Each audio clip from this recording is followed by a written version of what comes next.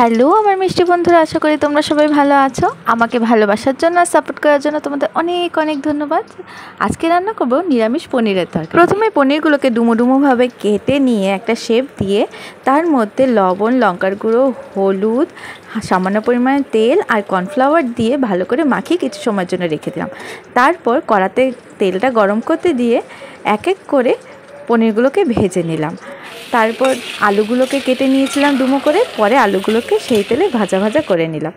করে নিয়ে সুন্দরভাবে তুলে নিয়ে দেখো পনিরগুলোর মধ্যে আমি গরম জল ঢেলে দিয়েছি। গরম জলে কিছু সময়ের জন্য ঢেকে রেখে দেব, তাহলে পনিরটা খুব নরম হয়। তারপর কড়াতে সামান্য পরিমাণ আবার তেল দিয়ে তার মধ্যে দিয়ে দিয়েছি শুকনো লঙ্কা দুটো চিড়ে, তেজপাতা আর জিরে ফোড়ন। তারপর দিয়ে দিয়েছি আদা আর জিরে বাটার গুঁড়ো, যেটা আমি মিক্সিতে ব্লেন্ড করে নিয়েছিলাম। তারপর দিয়ে দিলাম সামান্য পরিমাণ লঙ্কার গুঁড়ো, কাশ্মীরি লঙ্কার গুঁড়ো, যাতে কালার হয়।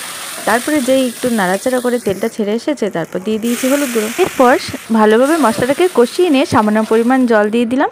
তারপর রেখে দিলাম একটু ভালো আঁচ দিয়ে, যেন তেলটা ছেড়ে আসে আর মশলার কাঁচা গন্ধটা সরে যায়। দেখো কি সুন্দর তেলটা ছেড়ে দিয়েছে। এরপর যে ভাজা আলুগুলো ছিল সেগুলো আমি দিয়ে ভালোভাবে পরপর নাড়াচাড়া করে আলুগুলোকে মশলার সাথে মিশিয়ে কিছু ক্যাপসিকাম কেটে রেখেছিলাম সেগুলোকে দিয়ে দিলাম। তারপর দিয়ে দিলাম পরিমাণ মতো জল, আর তার মধ্যে দিয়ে দিয়েছি 2 চামচের মতো ধনে জিরে। এরপর জলটা ফুটে আসার জন্য অপেক্ষা করছি আর দিয়ে দিয়েছি একটা ঢাকা, যেন তাড়াতাড়ি জলটা ফুটে আসে।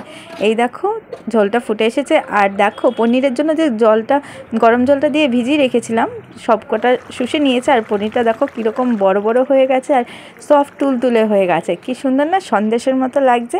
তো যাই হোক, খুব সুন্দর যেরকম দেখতে লাগছে, খেতেও কিন্তু খুব টেস্টি হবে মনে হচ্ছে।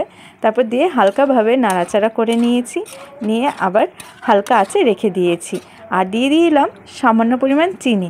অনেকে মিষ্টি খেতে পছন্দ করে, অনেকে দেয় না। আমাদের বাড়িতে একটু মিষ্টিটা বেশিই পছন্দ করে। তারপর গরম মশলার গুঁড়ো দিয়ে নামিয়ে নিলাম। সো কেমন হলো জানিও।